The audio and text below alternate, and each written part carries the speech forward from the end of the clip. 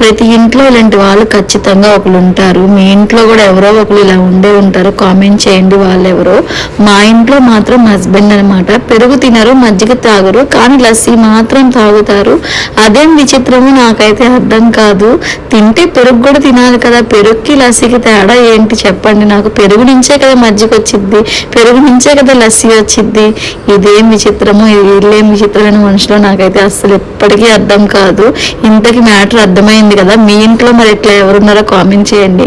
మా హస్బెండ్ అయితే లస్సీ చేయమని అడిగారు, కానీ లస్సీ చేసేటప్పుడు బయట నుంచి తీసుకొచ్చుకున్న పెరుగు కాకుండా ఇంట్లో చేసుకున్న గడ్డ పెరుగుతో చేస్తే లస్సీ అయితే సూపర్ టేస్ట్గా ఉంటుంది. ఒకవేళ ప్యాకెట్ పెరుగుతో చేయాలి అనుకుంటే మాత్రం ఒక గంట ముందు డీప్ ఫ్రిడ్జర్లో పెట్టేసి ఉంచేస్తే అది గడ్డ పెరుగులాగా అవుతుంది అనమాట, ఐస్ లాగా అయిపోతుంది. దాంతో చేసేటప్పుడు ఇప్పుడు ఎక్కువ వాటర్ పోసినా కూడా అంత పల్చగా అనిపించదు. చాలామంది లస్సీలో ఇలాచీ వేసుకోవడం చూసా, కానీ నాకు అస్సలు ఆ ఫ్లేవర్ నచ్చదు, అందుకే నేనైతే వేయలేదనమాట.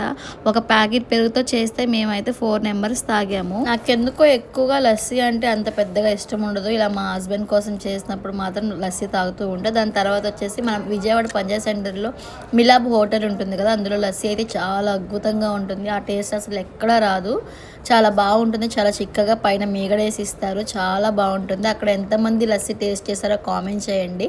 ఇంకా ఈ వీడియో అంతే, బాయ్ బాయ్.